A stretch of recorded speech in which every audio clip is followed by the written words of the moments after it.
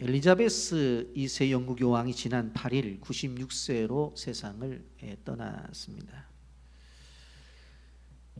최고의 권력을 죽기까지 누린 여인이었습니다만 그 여인도 풀지 못한 숙제가 있었습니다. 그건 다름 아닌 자녀들의 문제였습니다. 아들 찰스 왕자도 딸 앤 공주도 차남인 앤드류 왕자도 다 이혼하는 상황을 지켜봤어야만 됐었습니다.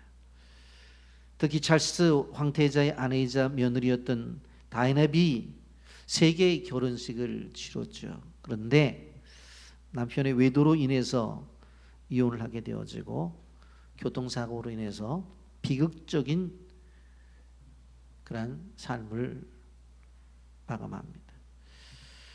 이로 인해서 세계인들에게 많은 충격을 주었던 것들을 우리는 기억할 수 있습니다.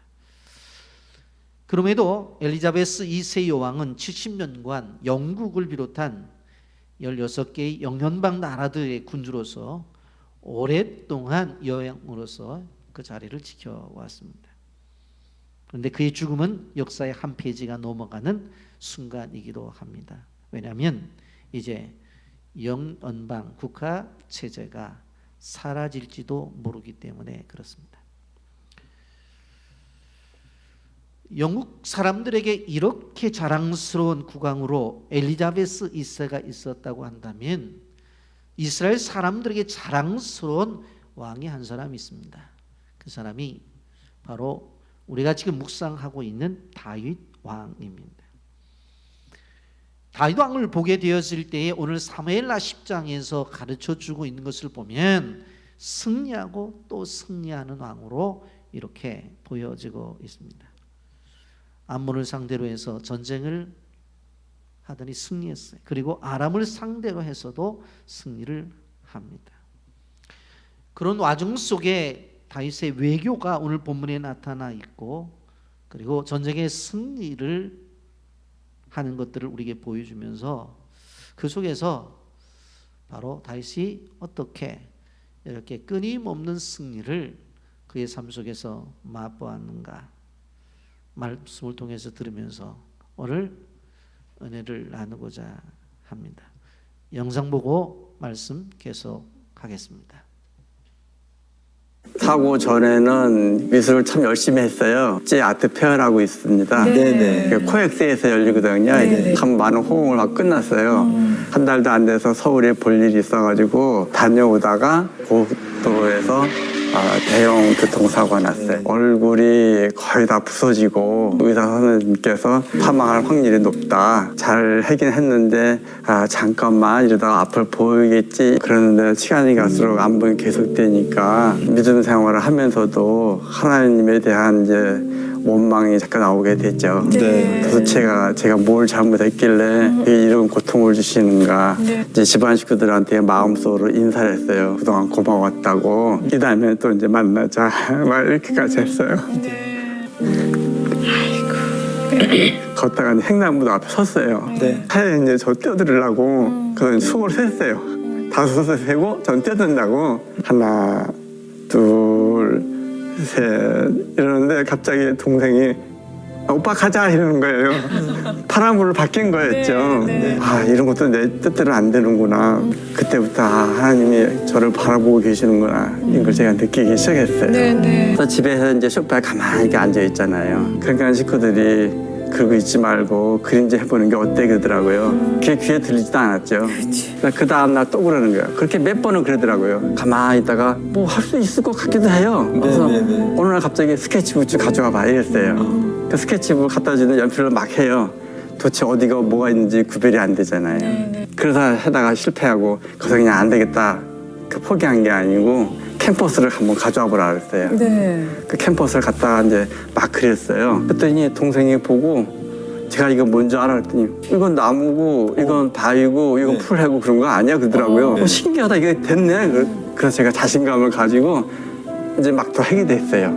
그림을 그릴 때 그리기 전에 늘 기도를 해요. 하나님 저 앞이 보이지 않아서 어떻게 표현할지도 모른다. 그래서 하나님께서 제 마음과 손을 주장해 주시고 마음의 눈으로 보게 해달라고 이렇게 생각을 하면서 늘 해요. 과거에는 제 자신이 많이 알려지고 그런 것을 주로 생각하면서 그랬다면 지금은 그런 거 제로라고 보면 돼요. 하나님이 주신 거 아니겠습니까? 이 지구의 아름다운 세상을요. 그러니까 그 세상을 좀 더 밝게 해서 같이 희망을 가지고 이 세상을 살아나가면 좋겠다 하는 의미를 가지고 그리니까 전혀 다르죠. 불가능하게 가까운 것을 지금 제가 해내려고 하고 있는데 저도 이렇게 열심히 하니까 저보다도 힘드신 분들도 있을 거예요. 보시고 더 힘내시고 아름다운 세상을 하나님이 더불어서 힘차게 살아갔으면 하는 바람입니다. 작품 활동을 통해서 승리하는 삶을 살았죠. 그런데 사고를 통해서 앞을 보이지 않아도 승리의 삶을 사는 거예요. 무엇을 이야기하고 있어요? 어떠한 상황과 환경이 되었든지 간에 그게 중요한 것이 아니라 믿음을 가진 사람은 끊임없이 승리의 삶을 살 수 있다라고 하는 것을 가르쳐주고 있어요. 이런 다윗의 승리의 모습을 보면서 첫째로 우리가 좀 생각해 볼 수 있는 것은 뭐냐면 다윗의 외교 정책이에요. 여러분, 다윗은 암몬 왕 나하스가 죽자 암몬에게 이제 사절단을 보내서 조문을 하려고 합니다. 나하스의 아들인 한온에게 위로를 주고자 했던 것이에요.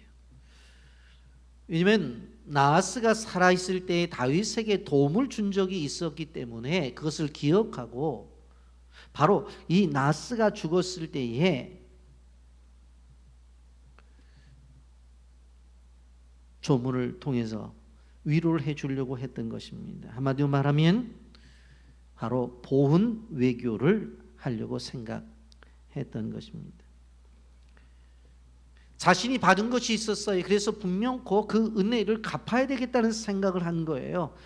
여러분, 우리는 다윗의 인격이 바로 이렇게 국가와 국가 간에 또 개인과 개인 간에서 나타난 일들에 보상하는 그 모습을 통해서 볼 수가 있습니다. 오늘 사무엘하 10장 1절과 2절입니다. 그 후에 암몬 자손의 왕이 죽고 그의 아들 한온이 대신하여 왕이 되니 다윗이 이르되 내가 나하스의 아들 한온에게 은총을 베풀되 그의 아버지가 내게 은총을 베푼 것 같이 하리라 하고 다윗이 그의 신하들을 보내 그의 아버지를 조상하라 하니라. 다윗의 신하들이 암몬 자손의 땅에 이름에 그렇게 말씀해요. 나하스의 아들 한온에게 은총을 베풀어야 되겠다. 이유는 그의 아버지가 내게 은총을 베풀었기 때문이다. 아버지가 한 것을 아들이 이제 받게 되는 것이죠. 여러분, 이 이야기는 뭐냐면 다윗은 자신이 받은 바 그 은혜를 저버리지 않고 기억하고 갚는 사람이었다고 하는 것입니다. 하나님께 받은 은혜는 하나님께 갚아요. 그리고 사람에게 받은 은혜는 그 사람을 기억하고 그 사람에게 기회가 되면 갚는 거예요. 다윗은 시편 103편 2절에 내 영혼아 여호와를 송축하며 그의 모든 은택을 잊지 말지어다 그렇게 말씀했고, 시편 116편 12절에 보면 내게 주신 모든 은혜를 내가 여호와께 무엇으로 보답할까 그렇게 말씀하고 있어요. 다윗의 늘 고민은 뭐냐면 하나님이 내게 주신 은혜가 있는데 이 은혜를 어떻게 보답할 것인가에 대해서 늘 고민이 있었다고 그렇게 말씀하고 있는 것을 보게 되어집니다. 하나님과의 관계만 그런가요? 그렇지 않아요. 사람과의 관계도 마찬가지. 다윗이 왕이 되었어요. 그래서 한 작업 가운데서 어떠한 일들을 합니까?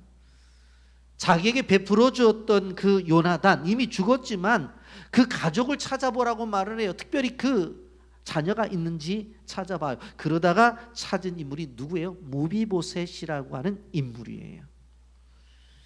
그래서 그 요나단의 아들이었던 무비보셋을 찾아가지고 은혜를 보답하죠. 세 가지를 하잖아요. 첫째는 찾아보니까 전쟁통에 어린 무비보셋을 데리고 피난 가다가 유모가 놓쳐가지고 두 다리를 다 못 쓰는 거예요. 야, 저래 갖고 어떻게 살아? 해가지고 할아버지 사울 왕이 갖고 있던 유산 모든 재산을 다 돌려줘요. 야, 이 할아버지가 갖고 있었던 건데 다 내가 이거 줄 테니까 이거 갖고 살아라. 아니 저렇게 몸이 불편한데 움직이기도 힘든데 어떻게 해요? 그래서 두 번째로 뭐를 합니까? 사울 왕의 종이었던 시바를 불러가지고 너 사울 왕의 종이었잖아. 무비우스의 종이 되어서 모든 편의를 제공하라고 그렇게 이야기를 해요. 그리고 세 번째, 다윗이 식사를 할 때 자기 아들, 손자, 며느리랑 같이 식사를 하잖아요.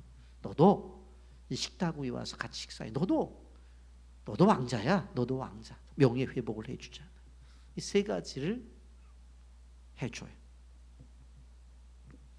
왜? 그가 은혜를 입은 것에 대해서 그는 기억하고 사람을 찾아서 무비보셋을 찾았고 사람만 찾은 것이 아니라 그 사람에게 어떻게 해요? 정확하게 세 가지의 필요한 모든 것을 채워주는 보답을 하는 것을 볼 수가 있습니다. 이런 그렇기 때문에 다윗은 이 암몬 나라에 나스가 죽었다고 할 때에 조문할 수 있는 사절단을 보냈다고 하는 것은 바로 이 다윗이 늘 하던 일이기 때문에 그랬구나 할 수 있는 일이에요. 그래서 조문 외교를 하려고 사절단을 보낸 것을 볼 수가 있습니다. 그 밑바탕에 뭐가 있다고요?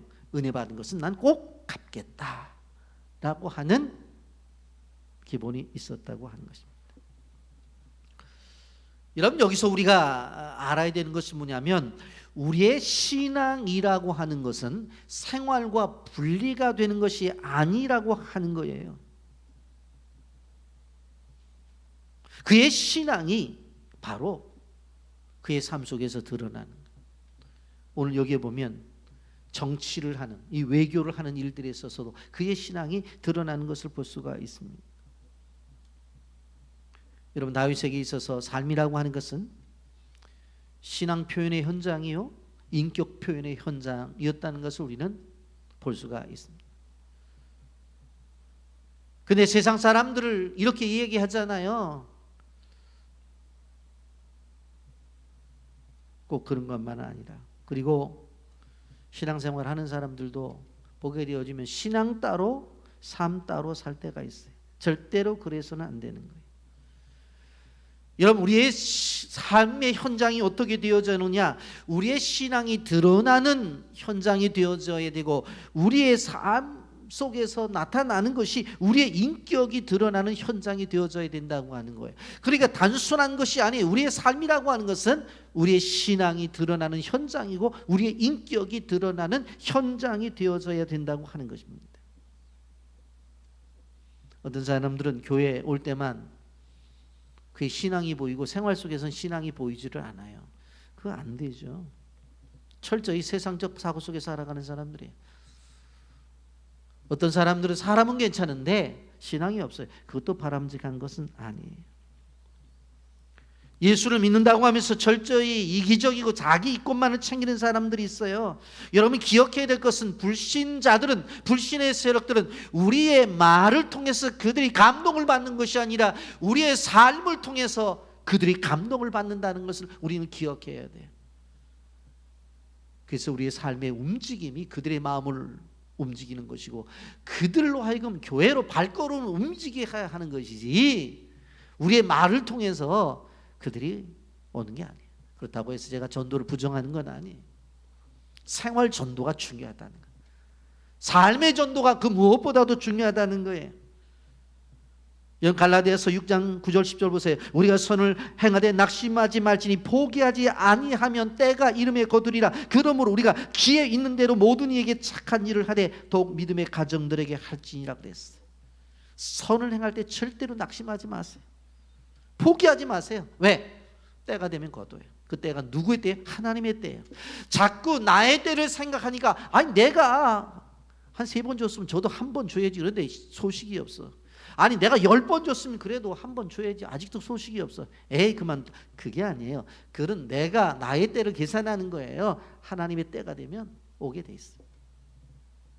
그러므로 우리가 기회 있는 대로 모든 이에게 착한 일을 하되 더욱 믿음의 가정들에게 할지니라. 기회 있는 대로 기회만 있으면 하는 거예요. 이런 그런 점에서 저는 한국의 명절이 참 좋다고 생각하는데, 명절의 특징이 뭐예요? 제가 명절 기간에 새벽기도에 집중적으로 말씀을 드렸습니다만 다 모이잖아요. 흩어진 사람들 다 모이잖아요. 원수들 모이는 기간이 아니잖아요. 보고 싶은 사람들이 모이고, 그리고 모인 다음에 뭐 합니까? 나누잖아요. 그래서 이 명절 기간에 끊임없이 나눠야 돼.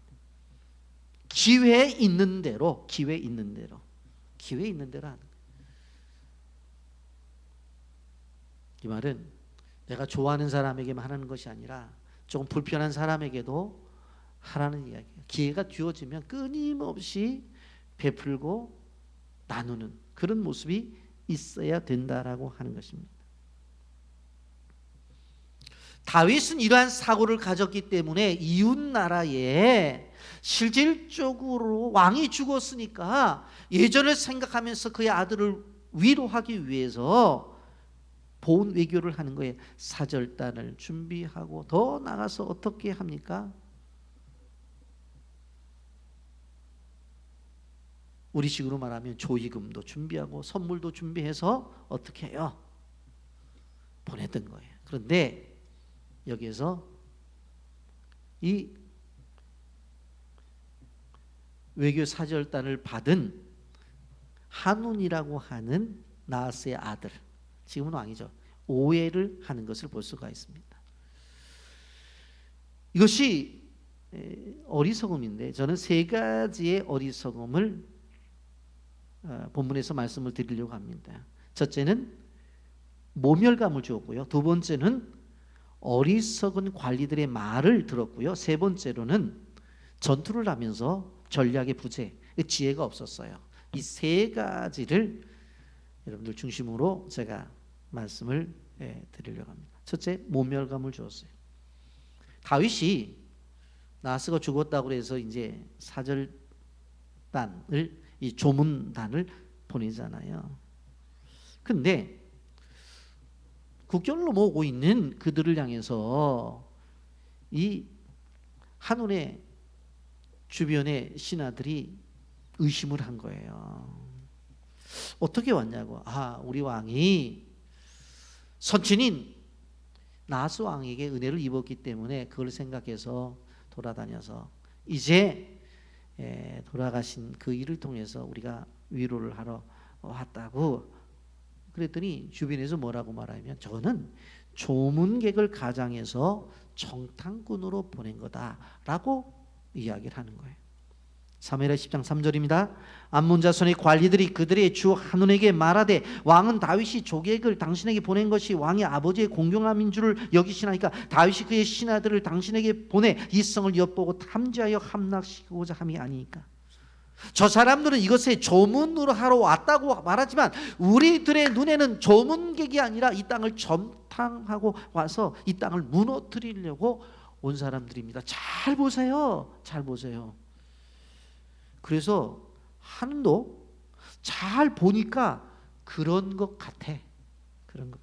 그래서 그 의심은 파국적 결과를 낳는 것을 볼 수가 있습니다. 이런 의심하는 병은 비합리적인 행동을 나타내고 결국은 그 인생을 무너뜨리게 된다는 것을 알아야 돼요. 그래서 치료를 받아야 되는 거예요. 지금 다윗이 행하고 있는 조문 외고에 대해서 철저히 의심을 하죠. 다윗의 선한 의도를 불신하고 있는 것을 볼 수가 있습니다. 여러분, 관리들이 보는 눈은 뭐였습니까? 바로 조문객이 아니라 암만의 수도 라빠성을 염탐하러 온 정탐꾼으로 보였던 것입니다. 여러분, 우리도 꼭 기억해야 돼요.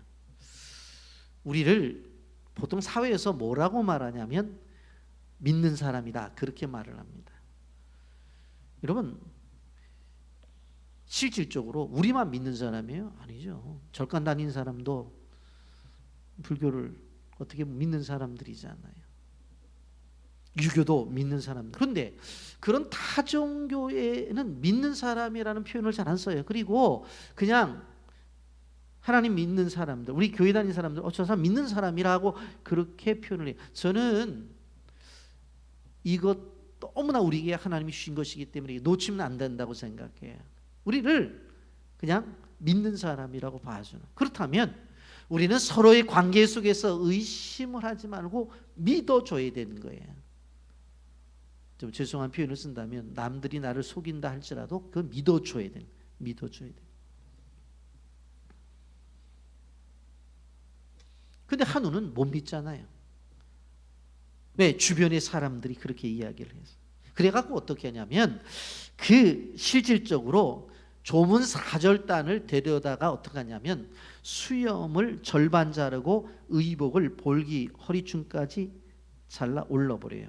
오늘 사무엘하 10장 4절 5절 보세요. 이에 한운이 다윗의 신하들을 잡아 그들의 수염 절반을 깎고 그들의 의복의 중동 볼기까지 자르고 돌려보내매 사람들이 이 일을 다윗에게 알리니라. 그 사람들이 크게 부끄러워함으로 왕이 그들을 맞으러 보내기를 너희 수염이 자라기까지 여리고에 머물다가 돌아오라 하니라 그랬어요. 여기 보면 수염을 절반 깎았다는 것은 실질적으로 수염이 자라나면 밑에를 이렇게 잘랐다는 그런 개념은 아닌 것 같아요. 왜냐하면 물론 이스라엘 사람들의 나시리는 머리를 기르고 수염을 안 깎는 건 분명하지만 그래도 뭐 수염 기르는 거 중간에 자른 게 무슨 그게 수치가 되겠어요. 이거는 제가 볼 때는 어떤 생각을 하냐면 수염이 길렀는데 반 딱 나눠갖고 오른쪽을 밀었든지 왼쪽을 밀었든지 밀어가지고 한쪽만 나온 거예요. 요즘 같으면 새로운 패션이라고 그러겠지. 근데 당시에 이거는 엄청난 수치였다고. 그리고 유대인들은요 발목까지 내려오는 옷을 입었어요.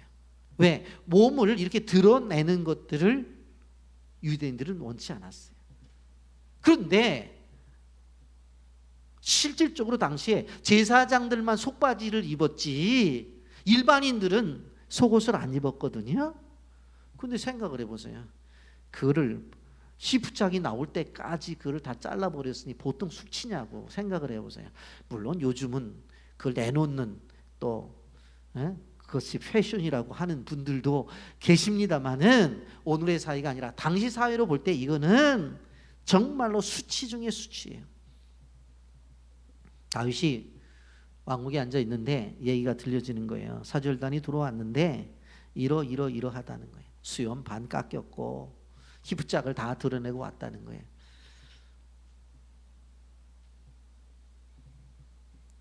다윗은 나하스가 죽었을 때의 국제적 이렇게 조문 사절단을 보냈는데 한우는 그에게 모멸감을 준 거예요. 여러분, 여기서 우리가 알 수 있는 것이 있습니다. 그것이 뭔가 하면 이렇게 모멸감을 준다고 하는 것이 아주 무서운 것이라고 하는 거예요. 여러분, 김창호 교수가 쓴 모멸감이라고 하는 책이 있습니다. 그 책의 내용 속에 이러한 내용들이 일부 있습니다. 그건 뭐냐면 우리나라 사람들은 자신의 존재 가치를 타인을 통해서 인정을 받고 싶어 한다는 거예요. 그게 뭐냐면 거울을 딱 보고 야 정말 잘생겼구나. 거울 보면서 정말 이쁘네. 이 정도 이쁜 사람 있으면 나와보라고 그래. 그렇게 하면 좋은데 그게 아니라 다른 사람을 통해서 이쁘다고 잘생겼다고 인정을 받으려고 한다는 거예요. 자꾸 다른 사람에게. 제가 가끔 말씀드리잖아요. 못생겼다고 해서 우울증 걸리는 것보다는 오히려 거울 보고 내가 최고 이쁘다고 공주병 걸리는 게 낫다고. 절대로 공주병 걸린 사람은 죽겠다는 생각 안 해요. 왜 내가 최고인데. 근데 자꾸 상대를 비교해 보면 누구보다는 코가 못생기고 누구보다는 눈이 못생기고 누구보다는 입이 못생겼고 다 그러다 보니까 못생겼어요. 이렇게 살아서 뭐하나 그런 생각 자꾸 갖는 거예요. 여러분, 이 책에서 자신의 존재감을 확인하는 것을 한국 사람들은 자기가 자기를 확인하는 것이 아니라 다른 사람을 통해서 확인하고 싶어 한다는 거예요. 잘 우리의 생활을 보세요. 여러분, 옷을 하나 사 입었어요. 교회 와오면 뭐라고 말해요? 집사님 이 옷 어때? 권사님 이 옷 어때? 하고 물어보는 거예요.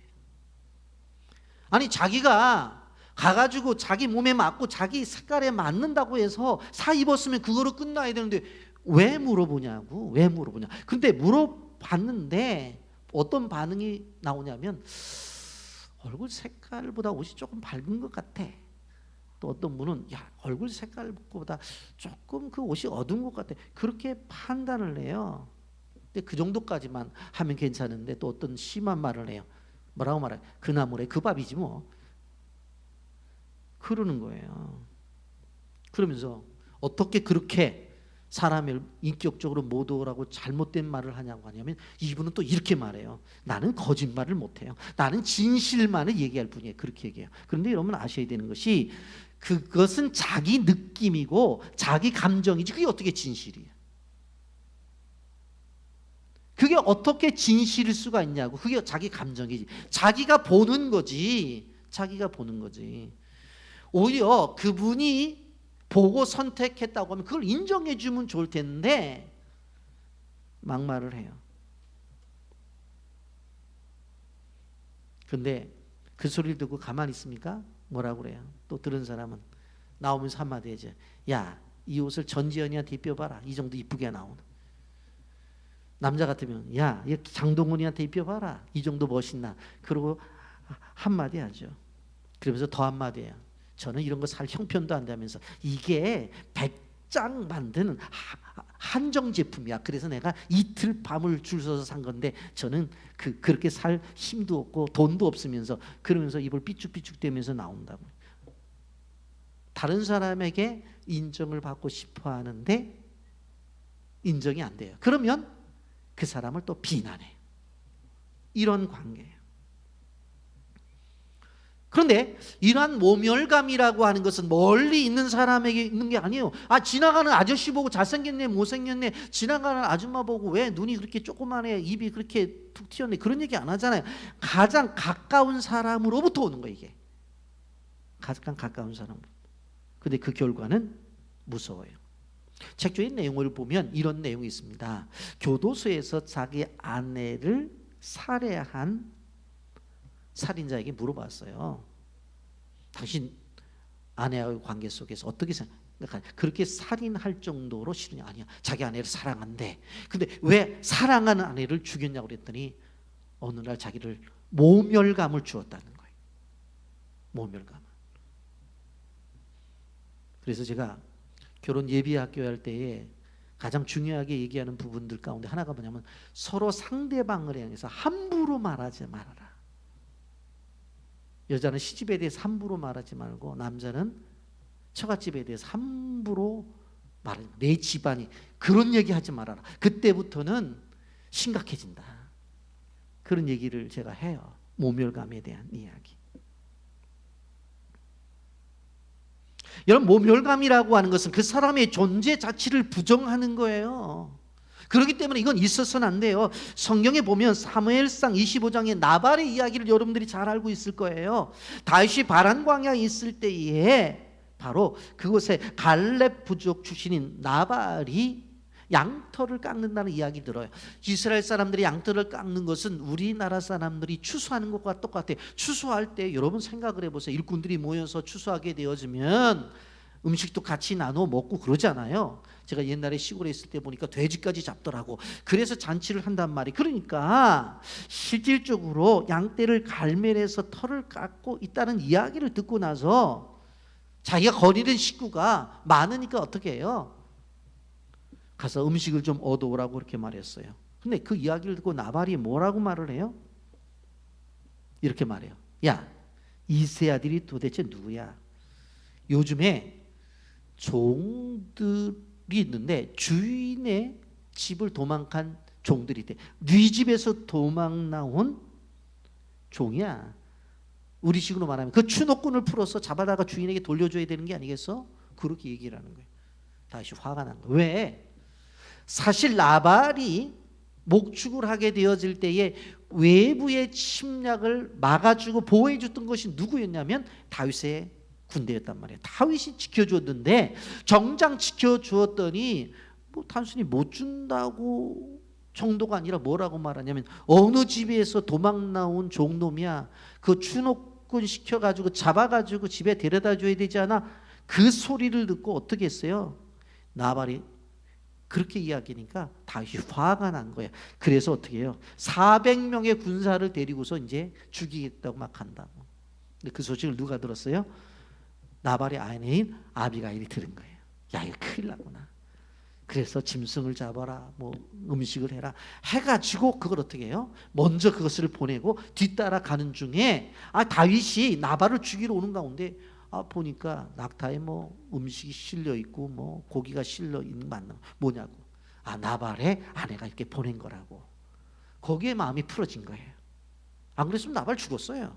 물론 나발이 나중에 죽어요. 그래서 사실은 이 지혜로운 여인, 그 여인이 바로 다윗의 아내가 되는 것을 볼 수가 있습니다.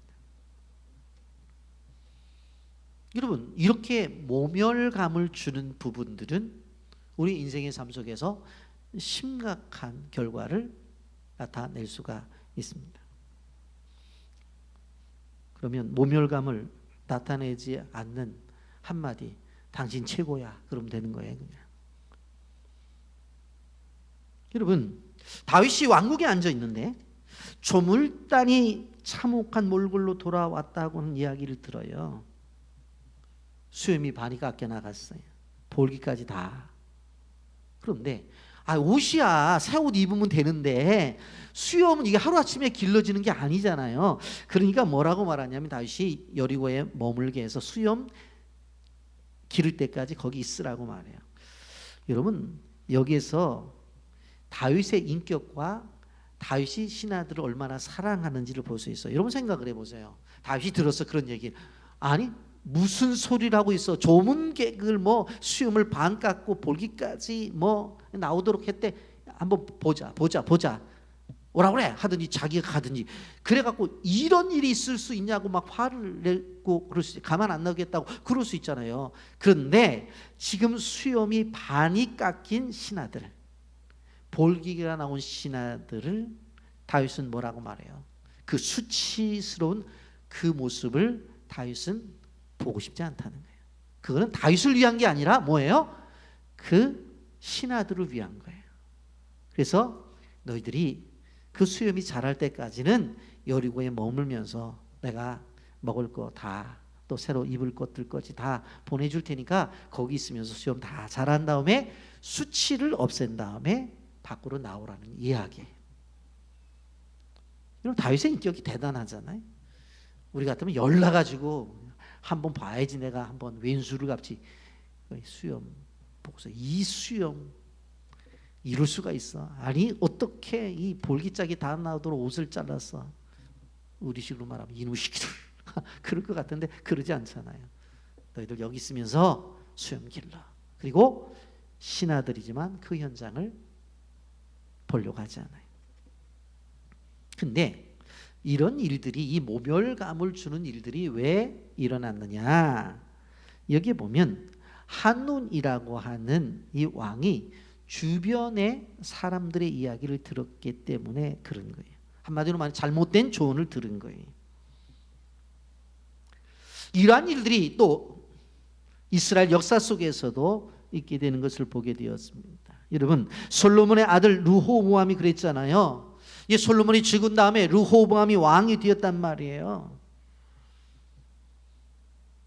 왕이 된 다음에 나이 든 신하들이 와서 이야기를 해요. 왕이요, 아버지 세대에 성전도 짓고 왕궁도 짓다 보니까 너무나 힘이 들었습니다. 그러니까 이제 왕이 되었으니까 조금 세금을 걷는 일들도 좀 덜하고, 또 데려다 일시키는 일들도 좀 덜 했으면 좋겠습니다. 그 사람들도 농사짓고 먹고 살아야 되는데 때만 되면 성 지어야 된다고 사람들을 불러내니까 그들이 일하는데 어려움이 있습니다 라고 그렇게 얘기를 했어요. 그래요? 그렇게 들었단 말이에요. 근데 그 이야기만 들은 것이 아니라 젊은 자기 친구의 얘기도 들었어요. 그랬더니 뭐라고 말하냐면, 야, 그 말 그래서 듣겠냐? 어떡하냐면 아버지 솔로몬 때도 더 쪼라는 거예요. 세금도 더 걷고, 그냥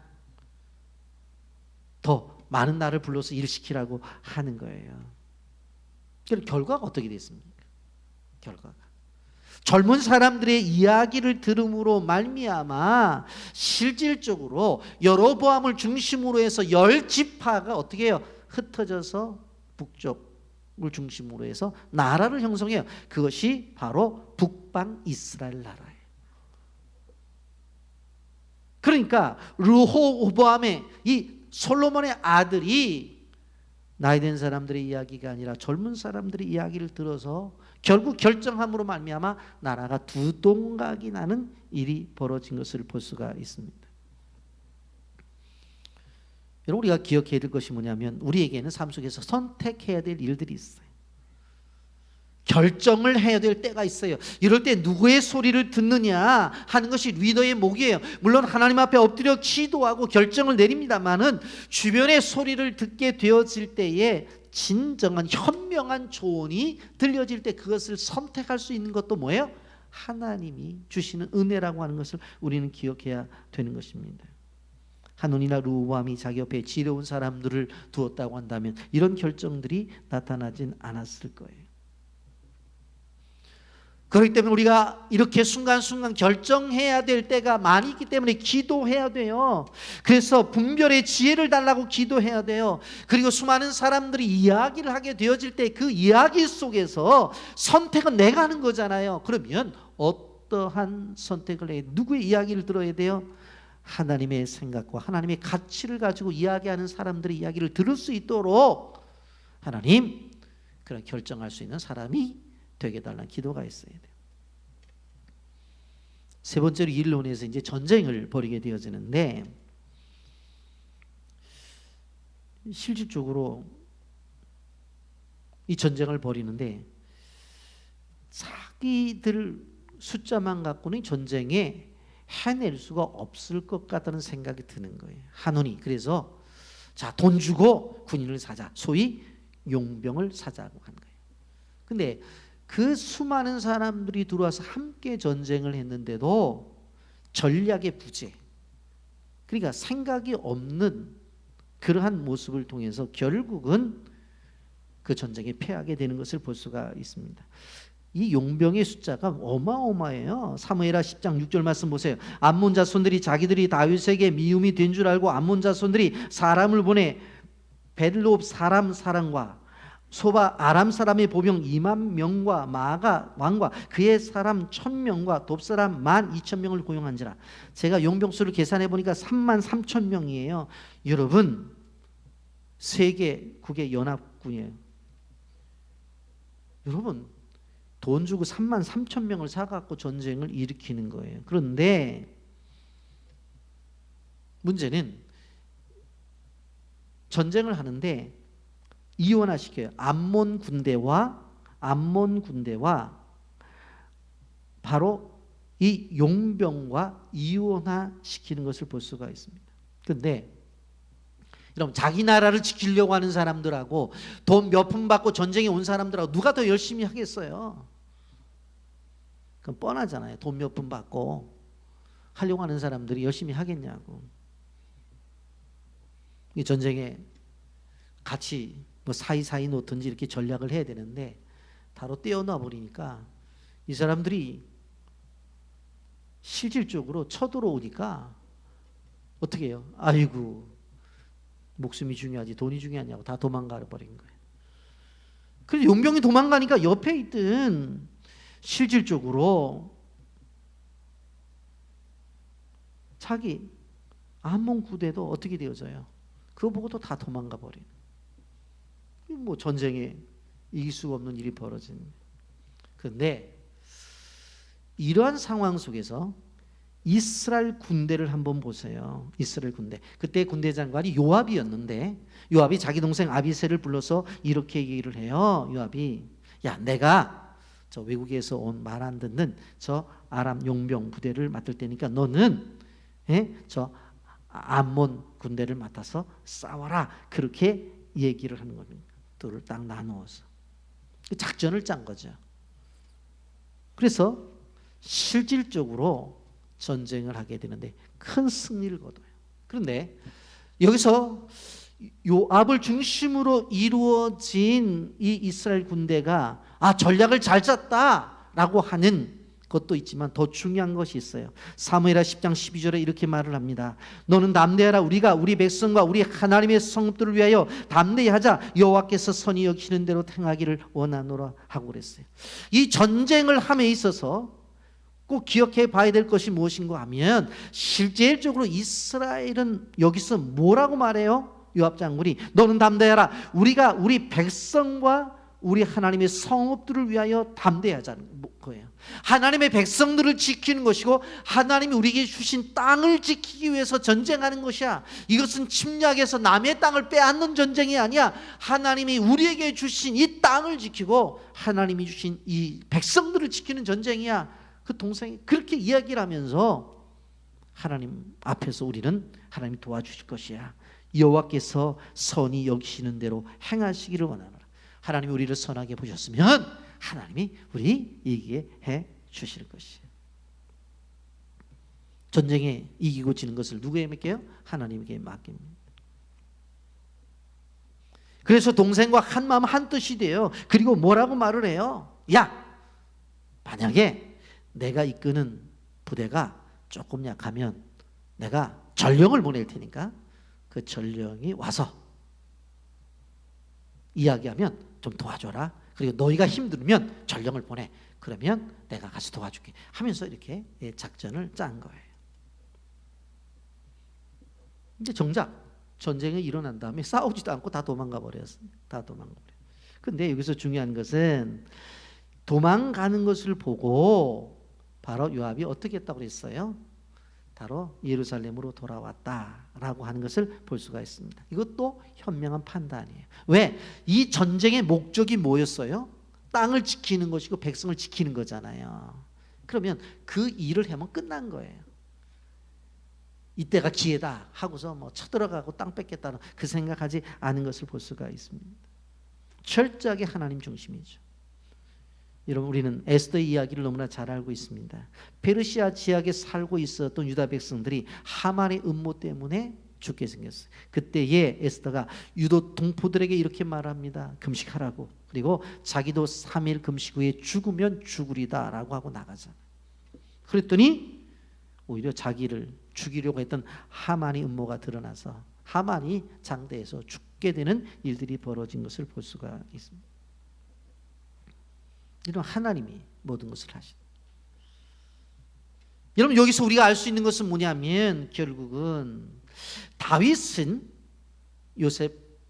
요압과 아비야 같은 좋은 신하들을 두어서 하나님을 믿는 믿음을 갖고 좋은 신하들을 두어서 승리까지 가잖아요. 그런데 우리가 아는 대로 여기에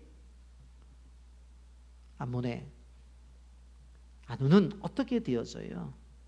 실질적으로 좋은 신하들을 두지 않음으로 인해서 결국은 나라가 위험을 당하는 것들을 바라볼 수가 있습니다.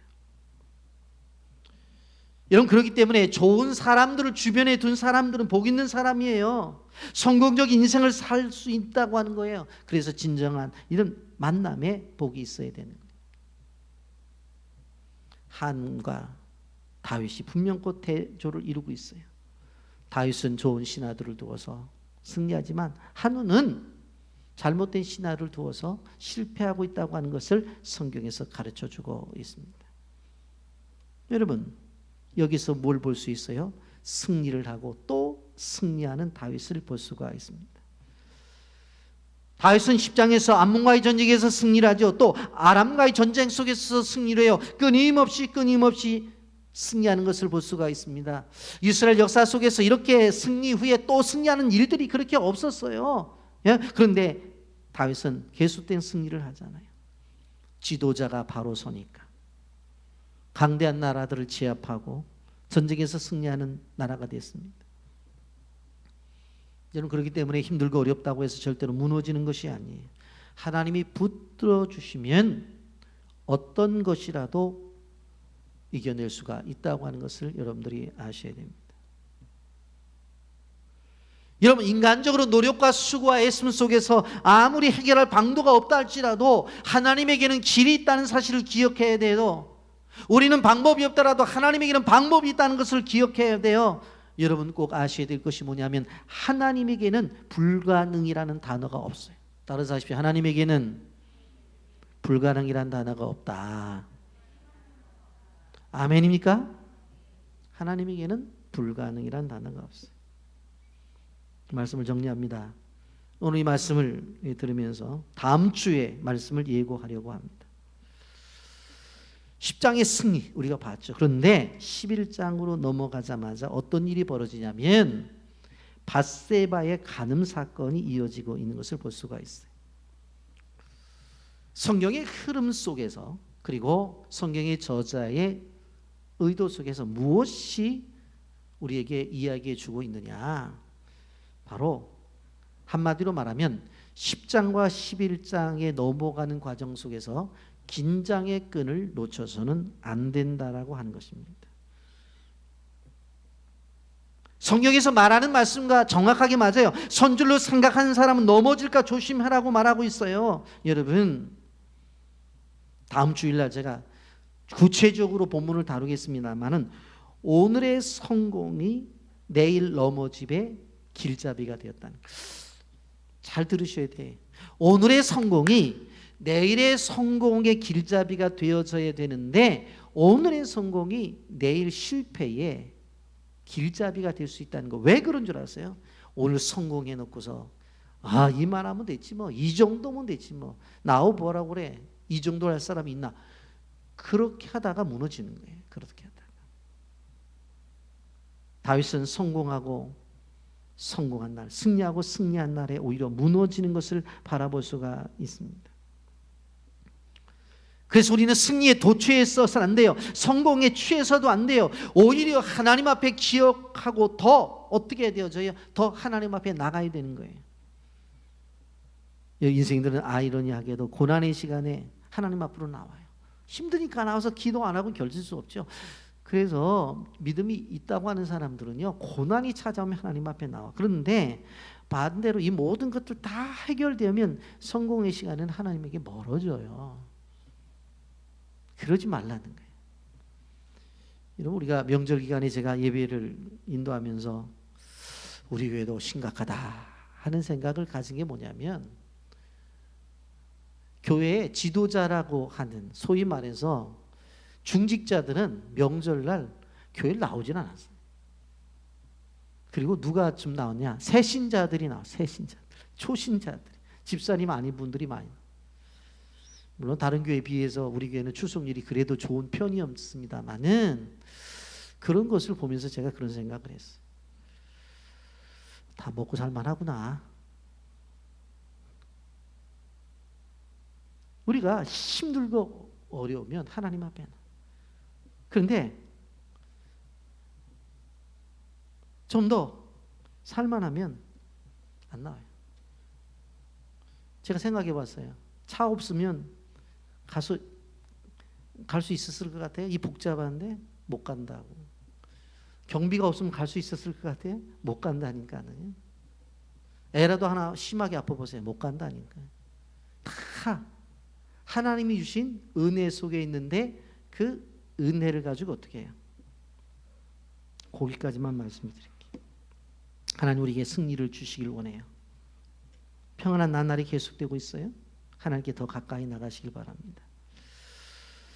하나님의 말씀과 세상의 가치관이 충돌될 때 우리는 하나님의 말씀을 따라가야 되고, 그리고 우리와 하나님의 어떠한 요구가 충돌될 때 우리의 요구를 따라가는 것이 아니라 하나님의 요구를 따라가야 된다는 것, 오늘 성경이 가르쳐 주는 것이에요.